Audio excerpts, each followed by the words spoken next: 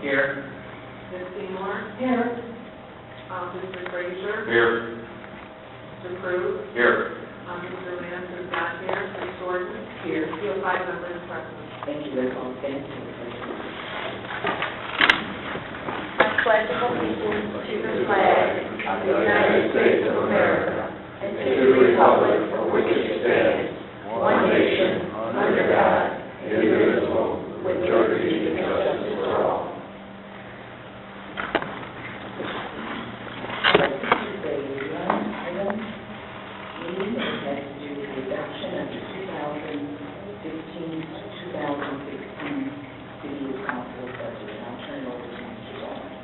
Thank you, Madam President. This evening, we'd like to present the 2015-16 fiscal year budget. It should be noted that council spent a full day in addition to the reviews typically done on the budget. As prior to viewing the budget, I would like to thank Karen and Jim Pierce for their work in preparing this year's budget. And then regarding the video production, I'd like to acknowledge Lisa Hawkins, Chris Campbell, and the crew and staff at Cable 15. We'll open with the budget. All of the council members have the coral color book. It is the same as what we extensively reviewed on Friday, May 22nd. So if Cable 15 can cue up the video, we'll start with that.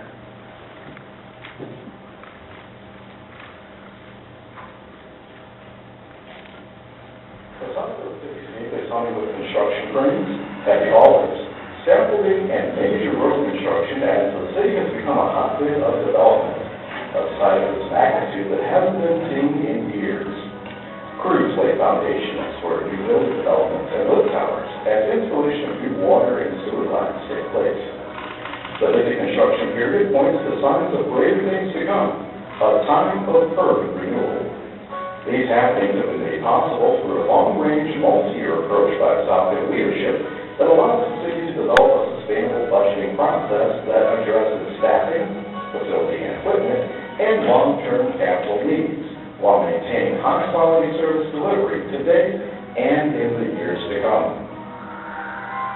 Hello, and welcome to the special presentation of the 2015-2016 budget.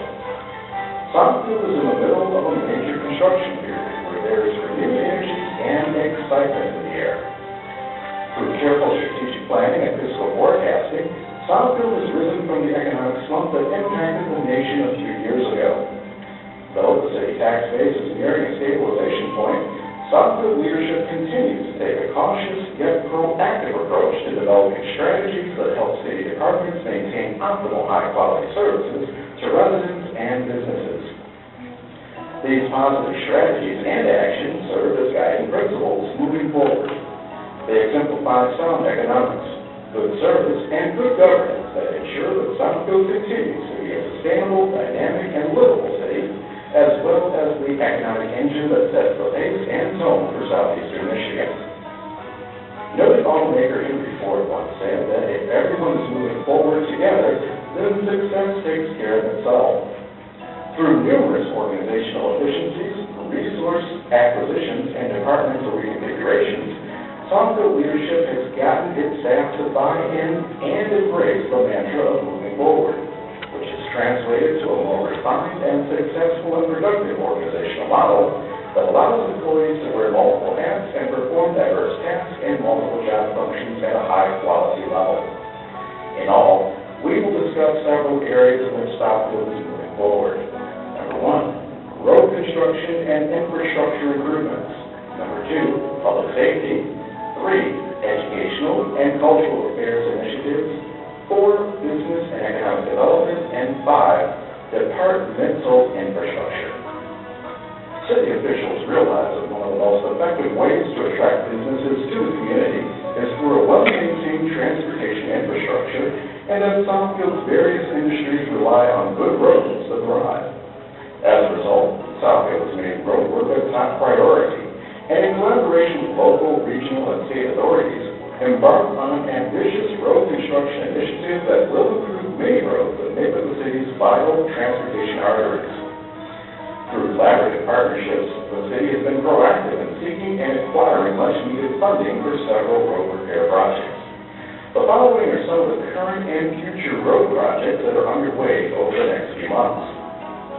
The Evergreen Road Improvement Project is an ongoing project that will incorporate many new amenities that will make the corridor more pedestrian-friendly and attractive, including a major mid-block crossing and plaza that will be constructed between two roundabouts, a wide path that will be constructed on the east side of Evergreen from I-96 to Fillmore Street with benches and landscaping as well as decorative street lighting. 9-mile road from Beach to Telegraph. The proposed improvements include adding a center left turn lane and providing right turn lanes.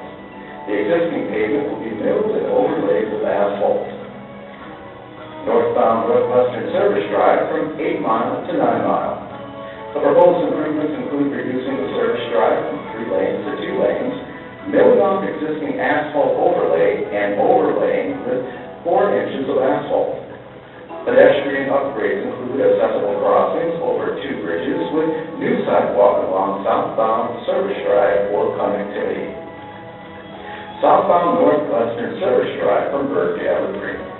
The proposed improvements will reconstruct the service drive from Berg to the off-ramp west of Wasser Road and rehabilitate the remainder of the corridor by milling and overlaying with 4 inches of asphalt. In all, the proposed budget allocates $38 million for various capital projects involving major streets, local streets, water and sewer, upgrades of sanitary pumping stations, replacing obsolete reading systems at commercial meters, and citywide water and sewer main linings. These capital improvements ensure that water quality and environmental stewardship continue to be a major focus of the city. The proposed general fund budget for 2015 and 2016 totals $67,398,751, which reflects a 0.9% increase from last year. Public safety remains a key budgetary priority. As a result, residents can continue to rely on police and fire department services that are among the best in the region. While some communities face challenges in its relationships between public safety and youth, Southfield Police has placed a heavy emphasis on educating and establishing a rapport with residents and young people. The institution of its citizen and youth academies has created a spirit of goodwill and exposed residents and youth to the inner workings of police work. These parties have become key stakeholders and partners in its community policing initiatives and have helped to keep Southfield a safe city. An additional reason that Southfield residents have for taking pride in its city revolves around the 76% reduction in violent crimes over the last decade, an almost unprecedented decrease in comparison with other similarly sized municipalities. Southfield has also made fire safety a top priority by investing in state-of-the-art technology that has enhanced fire service and response times. Last year, the Southfield Fire Department went on a record-high 13,470 runs, while enjoying some of the best response times of the region. Southfield residents can always count on first-class emergency services in less than 4 minutes. Long ago, Southfield leadership made it a priority to showcase quality educational opportunities in the city. Southfield has become a hub for advanced education. Lawrence Tech University continues to expand with their $55 million Alfred Tallman Engineering, Life Sciences, and Architecture Complex, which provides advanced facilities for robotics, engineering, biomedical, life sciences, and related programs. There are also 6 additional educational institutions of higher learning in Southfield who are enjoying campus improvements to handle greater student enrollment. They are Central Michigan, IDTs, DeVry University, Marygrove, Siena Heights, and the University of Phoenix. Southfield continues to be an epicenter of cultural events, health and wellness initiatives, and leisure activities. Southfield Parks and Recreation, Human Services, and Library regularly present popular family-friendly fairs, literary, music, art, and cultural events that appeal to both young and old alike. Southfield has long been known as the center of it all because of its outstanding reputation as the business hub of Southeast Michigan. The city has reinforced that narrative through its participation in the Smart Zone program, establishing 2001, the program is a regional tool that supports economic development by nurturing partnerships between industry, government, and educational institutions. These Smart Zone districts include the Northwestern Highway Business Sector, the 11-mile road and American Drive Business Quadrant, and now extends to include Lawrence Tech University. The city remains strongly committed to attracting new business and employment opportunities. Recent development projects include the new Southfield Village at the old St. Pete's Church site. The development also includes a freestanding Applebee's restaurant. The design is a new prototype and is the first of its kind in Michigan. Colson is relocating their corporate headquarters from Detroit to Southfield with the establishment of an industrial development district for Travelers Towers 1 and 2. The proposal includes the investment of approximately $6 million with almost $5 million in information technology and leasehold improvements. Colson will relocate over 250 employees and hire an additional 50 new full-time employees over the next 3 years. Federal Mobile Corporation has committed to stay in the city of Southfield with the relocation of their world headquarters to the former Blue Cross Blue Shield complex, now known as the Metro Center. The new headquarters will continue to serve as their global operations center for the company. They, along with the property owner, will invest more than $15 million in upgrades. The Dirt Group will establish a new North American headquarters at the former DTE property. They will renovate and build new additions with an anticipated investment of over $40 million. With this move, the Dirt Group will add approximately 485 new jobs in Southfield and relocate operations from Plymouth, Palmer Hills, and Wixom. The former Holiday Inn has been acquired by Kiwi Investments out of New Zealand and will redevelop the property as a multi-use facility, a nice addition to the Telegraph Technology Corridor. The ASF will enjoy a $19 million expansion and add 156 jobs. German-based automotive supplier Eldring Klinger will add 150 jobs as it moves to the former Staples building at Southfield and Northwestern Highway. There is a commitment to redeveloping the recently vacated Northland Mall, thus preventing any type of life in that area. These developments and more further reinforce the fact that Southfield's business address is the most enviable in the region. Change is happening now, and it represents a tremendous opportunity for growth. City Council, Mayor, and Administration have guided Southfield to the point of being on the precipice of a great renewal and future renaissance. Southfield's success, past, present, and future, has been built on bold vision, innovative concepts, fiscal discipline, and common sense approaches to maintaining the day-to-day services that residents expect. Southfield is much to be thankful for as it moves into a renaissance period. The strategies and actions that have accelerated its growth and development are the true hallmarks of a great city that is moving forward today and in the tomorrow to come. That wraps up our special 2015-2016 city budget. Thank you for watching.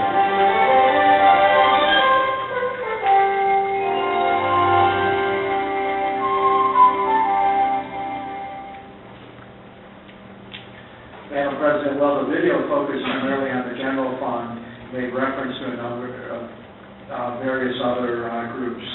And the total budget for all funds is $176,733,423. We continue to keep our focus on providing quality services. It comes to no surprise to those of you in the room that since the Great Recession, we've seen a 40% decline in our tax base. As you go through the budget documents, you'll see that our commercial tax base is a little over 61%, and this covers a large portion of the services relative to municipal community design. That tax-based structure is almost ideal, that you have a lot of commercial entities offsetting the cost of providing services to your residential community. At this point, as required by state law, we can open the public hearing. All right, we will open the public hearing first, and we will take comments from council. This is a public hearing on the 2015-2016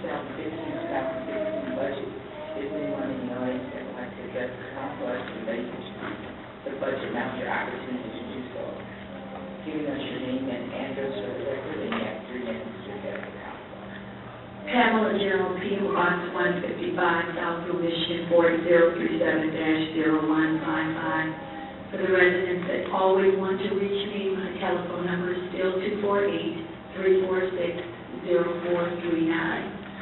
I know that the budget will not be passed out to the public until you tweak a few of the figures, but I'm hoping that during your tweaking of those figures, that you continue to look in there and see where the money is going to come from to give these employees that have not had raises for 8 to 15 years.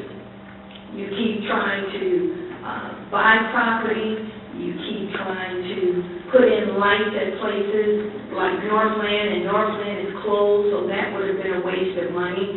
You continue to find money for free cars, free food, free gas, trips. But what about the employees? What about the real talent? How can anyone sit here and be a part of this administration, talk about how wonderful Southfield is, talk about how effective City Hall is, and not give the real heroes and sheroes a piece of the pie? When are you going to give the employees a raise?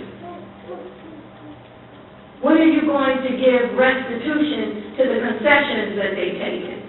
Police and fire. When are you going to stop them from having to pay more for their medical insurance? Are you paying more for yours? Do you get medical insurance? And then you talk about the fact that this city is so diverse and it's so everything. It can't be everything if the Maine soldiers are not happy. And I could tell you if I was an employee, not getting a raise for 8 to 15 years, having to pay more for my medical insurance, which means providing for my family on a smaller amount of money, I would not be happy. And you guys should thank your lucky stars that these people have not walked out the door, so that you guys would have to lock this door. Thank you. This is a public hearing. Is there anyone else in the audience that would like to speak as related to the budget? Give us your name and address, and you won't be there. Your microphone is very low. I can hardly hear you anywhere but right up here. Back there, I can't really hear the president's comments. I think I know where we're at on the agenda. My name is Geraldine Amacho. And in general, I don't have a copy of the city budget on site here. I don't know that there's a copy for the public, but in general, I want to make some comments regarding the funding of municipal corporations around the nation. Southfield, at one time, apparently was a farming community. With the development and the budget agenda set by the federal government, we have been made, or the people here have been made to be dependent on outside sources for food, for fuel, and environmental controls, etc. I was down at Lawrence Tech one time and they talked about water runoff from using chemicals on the lawns, etc. But yet there's no real policies to protect the environment regarding those hazards. The landscaping businesses are dependent on industrial chemicals and they overuse them, and so the whole environment becomes toxified. Many of us are developing cancers and diabetes and other heart disease, and these ailments that were not so common in past generations are epidemic today, and yet we do nothing to establish our own agenda at the local levels. We allow those who control the resources of this nation to dictate how we shall allocate funds and what our priorities should be. Unless there's a resistance to what is going on in this nation, we are going to be worn down to a shred where we have no control on any aspect of our lives or our government, and we will have a totalitarian regime dictating, already we have a semblance of it, but it's not absolute at this time, dictating every single aspect of our lives, how we should allocate our resources, what we should spend on, and what our standard of living should be. And we increasingly are not challenging the projects that are being imposed upon us. If we are willing, cooperatives in our positions of professional positions, we are left alone, but if we start challenging what is happening, then we are persecuted or threatened. That in itself should tell people where we are as a public, that we are increasingly losing our right to control our own lives. And that's the definition of liberty, is to be able to control your own life. Any questions? Anyone else in the audience that would like to address the council at this time? Seeing none, we'll declare the public hearing closed. Council? Madam Clerk, President, Ms. Dean. I move that we adopt the 2015-2016 City Southfield budget. Support. We have a motion by Ms. Dean, supported by Mr. Mandelbaum. Any questions? Madam Chair, Mr. Mayor. to the administrator, on that nice slide presentation that you've given, you mentioned 9 Mile Road. I know there's going to be a lot of people watching that and believing that they're going to get that extra lane in that. To tell them, I think you should explain that there's a change in that some of the bids came in about 43% over. We had originally anticipated starting 9 Mile this summer, and we're moving into a spring of 2016. After we opened the bids up from this was a state coordinated bid with most of the funding coming from the feds and the city providing a local match. The bids came in about, it was just a little over $1 million more than budgeted. So it's been decided that we'll rebid the numbers come spring or late fall for early spring. The project will still happen within this fiscal year. That will also give us better time to coordinate some of the concerns as we met with 2 neighborhood associations and our partners in the Southfield School District regarding MacArthur and Levy, and we're also able to tie a sewer project in. Tonight, under the consent agenda, we are asking council to allow us to enter into the contract with the state. We're just not awarding the bid at this point. And all of our other road projects have been right within budget, some a little bit less, some 1-2% over. This number, it's a bit of an anomaly as to why the number was so high. In fact, our engineer is here. We didn't talk about it, but we had the low bidder, one of the other projects tonight, the low bidder on 9 Mile was the one that was $1 million. And we think that there's just so much work out there right now that the numbers came a little bit higher. Is this Schultz here? But I would need to look, but one of the jobs, the same firm bid, we were right within budget, and then the 9 Mile job was $1 million over. And when we see that kind of number, sometimes it's better just to catch your breath, go out and rebid, and that will also allow us to address the issues with the school as well. Thank you. Mr. Frazier. Yes, I discussed this with Michelle, and she told me, and you pointed it out, that there's still going to be some minor modifications made thin layer so that driving surface will be smooth, but that will be done this year. Yeah, that's correct. But the real work will be done next year. We're going to do basically a surface scrape and just put a thin wearing course over it, which will take us to next spring. Okay. I have a few questions, Mr. Dorn. Page 4, as it relates to the repairs at the Beechwood exterior. At our budget meeting, we talked about possibly the interior painting, fresh color paint on the inside of Beechwood. Is that all reflected in the budget? Those types of activities are within our facilities budget, and yes, with the, but within the community, we've had discussions about fireworks, fire and ice, welcome signs, painting different facilities. Those are in there. Those are in there. Okay, very good. And And then lastly, as it relates to the capital improvement that's going to take place on page 9, the water and sewer project, are we giving ample notification for the residents in terms of the process and how long it's going to take? Because I have received a few calls saying that they're not, with the previous work that we've been doing in terms of proper notification, where to park their cars, all the work's being done, and how we're going to make that moving forward. One of the challenges of the magnitude of the work we're doing is notification of residents.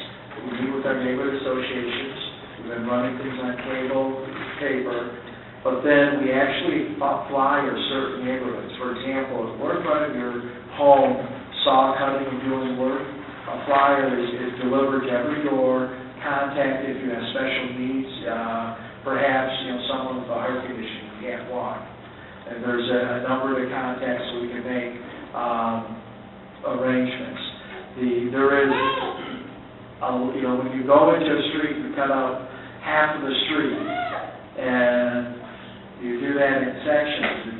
It's a bit of a challenge for parking, and that work pretty much takes a week to 10 days. But we flyer, we email, I know they go out and knock on doors. Every day I get a list of where they're saw cutting, and that's who's been flyered, so folks know. Okay, so we can just make sure that everybody knows what's happening there. Okay, so, motion on the floor by Ms. Seymour, supported by Mr. Mandelbaum, to adopt the 2015-2016 budget. All in favor? Aye. Any opposed? Motion carries. Well, that will conclude the special budget meeting, and we'll move to our regular meeting.